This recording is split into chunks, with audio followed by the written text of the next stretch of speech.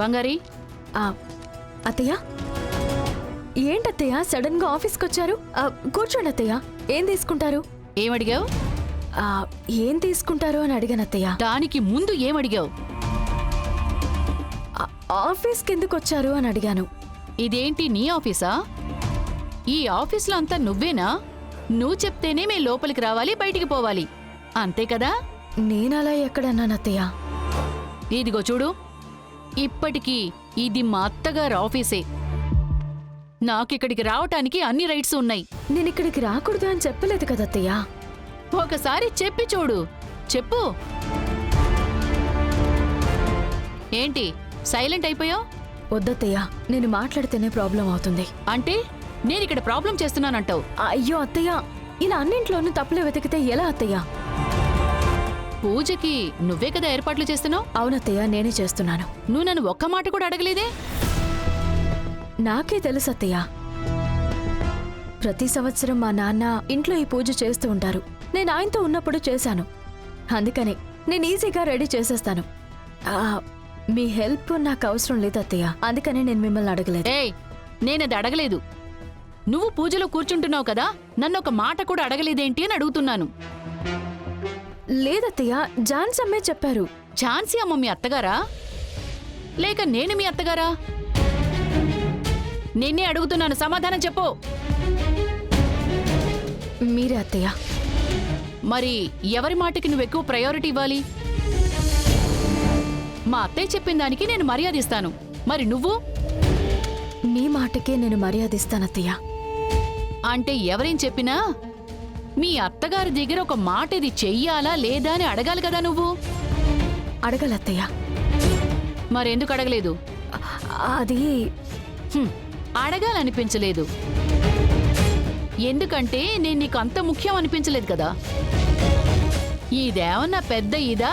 దీనెందుకు మనం పర్మిషన్ అడగటం? అయినా ఝాన్సీ అమ్మే చెప్పేశారు కదా, మనమే చేసేద్దాం అన్న పొగరు. అలాంటిది లేదత్తయ్య. ఏంటి ఎదురు సమాధానం చెప్తున్నావు నువ్వు? అత్తయ్య, ఇంకా ఏమున్నా సరే మిమ్మల్ని అడిగి చేస్తాను. ఆ ప్రకారం నడుచుకుంటేనే అందరికీ మంచిది. మీనా. అత్తయ్య. ఏంటి మీనా, నీ అత్తగారి అధికారం అంతా బంగారి మీదే చూపిస్తున్నట్టున్నావు? లేదమ్మా. లేదత్తయ్య, ఇన్నేళ్లు నేనే కదా పూజ చేస్తున్నాను.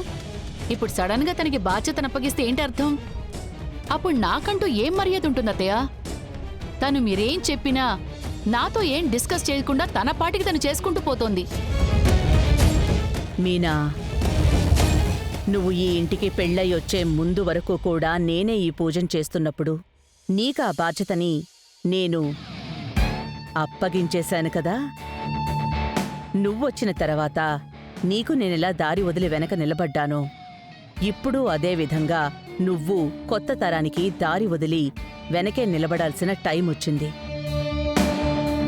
కొంచెం అయినా పెద్దరికంతో నడుచుకో. అలా నడుచుకుంటే మాత్రమే నీ మర్యాద ఇంకా ఒక అడుగు పెరుగుతుంది. ఇప్పుడు నువ్వే చేస్తున్నావనుకో, ఇది కూడా కోడలికి వదలడం లేదే అని తప్పుగా మాట్లాడతారు. అది నీకే అవమానం. నువ్వే ఆలోచించుకో మీనా. బంగారి, నువ్వురా.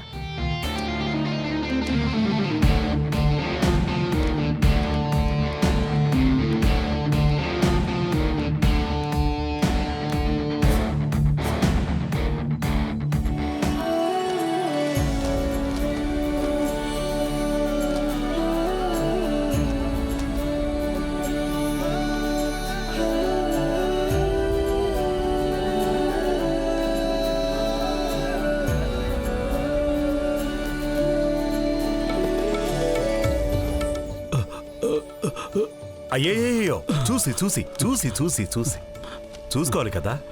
బా, మెల్లగా మెల్లగా మెల్లగా వదిలేయండి, మీరు వదిలేయండి. రండి రండి, కూర్చోండి కూర్చోండి.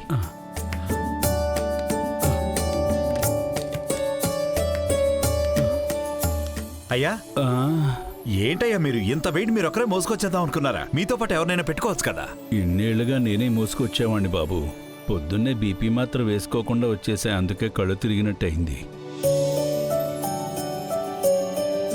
అయ్యా ఇన్నేళ్ళు ఎత్తారు కదా, ఇప్పుడు కూడా అదే పని చేయాలి అనుకోకండి. వయసు అయింది కదా, ఆరోగ్యం కూడా చూసుకోవాలి కదా. ఇంక మీద మీరు లోడ్ ఎత్తే పనే చేయనక్కర్లేదు. వెళ్ళి మాత్ర వేసుకుని రెస్ట్ తీసుకోండి. ఈ ఒక్కరోజు లీవ్ కూడా తీసుకోండి. బాగా రెస్ట్ తీసుకుని రేపు పొద్దున ఆఫీస్లో మీకు ఏ పని ఈజీ అనిపిస్తుందో ఆ పని తీసుకుని చేయండి. అయ్యా ఈ కంపెనీలో మీకు ఇంకా రిటైర్మెంట్ అనేది ఇవ్వకుండా ఇంకా పనిలో పెట్టుకున్నారు అంటే దానికి కారణం ఇదిగో మీరు ఇలా కష్టపడి అంతా పని చేయమని కాదు, మీకు జీతం ఇవ్వడం కోసం మాత్రమే. సరేనా? సరే బాబు. మీరు పని చేయకపోతే ఇక్కడ ఎవ్వరూ మిమ్మల్ని అడగరు. చాలా సంతోషం బాబు, నువ్వు చల్లగా ఉండాలి.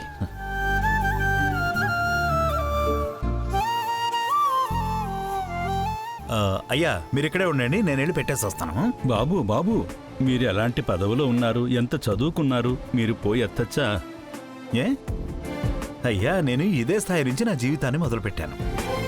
నాకు దీంట్లో ఎలాంటి కష్టమూ ఉండదు. ఇది మన కంపెనీ, అన్ని పనులు మనమే చేసుకోవాలి. ఏది తక్కువ పని కాదు. మీరు ఇక్కడే ఉండండి, నేను వెళ్ళి పెట్టేసి అలాగే వస్తాను. బాబు.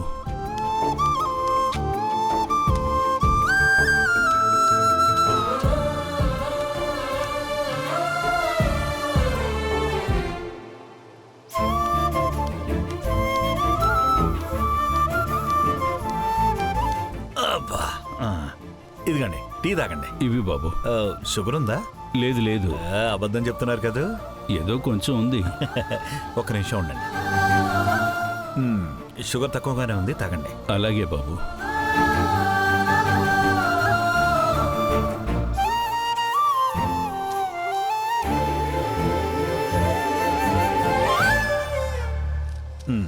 అయ్యా అయ్యే వద్దు బాబు వద్దు. ఇది ఉంచండి అంటుంటే మాట మరీ ఎక్కువ. పర్వాలేదు బాబు. హాస్పిటల్కి వెళ్ళండి, వెళ్ళి చెక్ చేయించుకోండి. అక్కడ మందులు మాత్రలు తీసుకోండి. చికెన్ అవి బాగా తినండి. అలాగే బాబు. ఈ వయసులో ఆరోగ్యం చాలా ముఖ్యం. సరేనా? చూసుకుంటాను బాబు. బాబు మీరు చల్లగా ఉండాలి. సరే, మీ ఇంట్లో అంతా ఎలా ఉన్నారు? అందరూ బాగున్నారు బాబు. జాన్సమ్మా, ఈ ప్రభు చాలా డిఫరెంట్ పర్సన్ లా ఉన్నాడు కదా. లేదు బంగారి, చాలా కరెక్ట్ పర్సన్లా ఉన్నాడు. ప్రభుని చూస్తున్నప్పుడు తను చేస్తున్న ఒక్కో పని మనము గర్వపడేలా ఉన్నాయి. మామూలుగా నిజాయితీ ఉన్నవాళ్ల దగ్గర ఒక పొగరు, ఒక తెగింపు ఉంటుంది. అబద్ధం చెప్పేవాళ్లు, మోసం చేసేవాళ్లలా ఉండరు. నాంచి నాంచి మాట్లాడతారు. కాని ప్రభు అలా కాదు. ఆ నిజాయితీ, ఆ పొగరే నాకు నచ్చింది. బంగారి, కొన్నిసార్లు మన రవి మన ప్రభువులా ఉంటాడా అని కూడా అనిపించింది.